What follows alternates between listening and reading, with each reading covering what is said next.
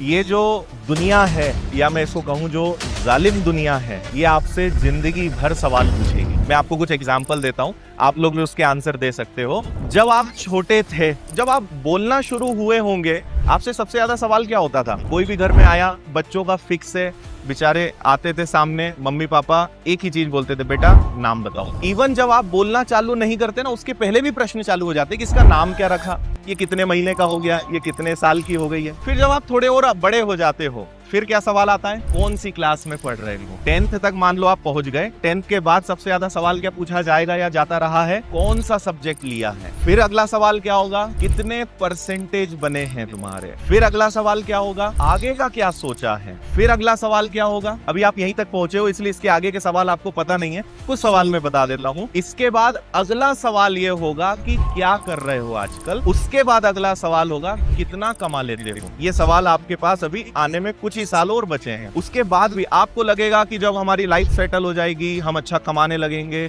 तब हमसे सवाल पूछना बंद हो जाएंगे, लेकिन ऐसा नहीं होगा।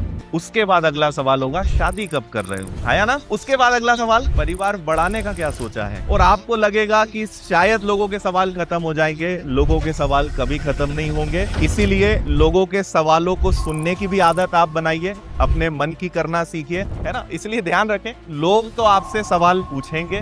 मुझे ऐसा लगता है कि ये तो भला है लोगों का कि वो एक सवाल तो आपसे नहीं पूछते हैं, मरने का क्या सोचा है। ये सवाल भी लोग पूछ लें, लेकिन अभी तक ऐसा नहीं हुआ है, ना होता है। लेकिन लोग तो लोग हैं।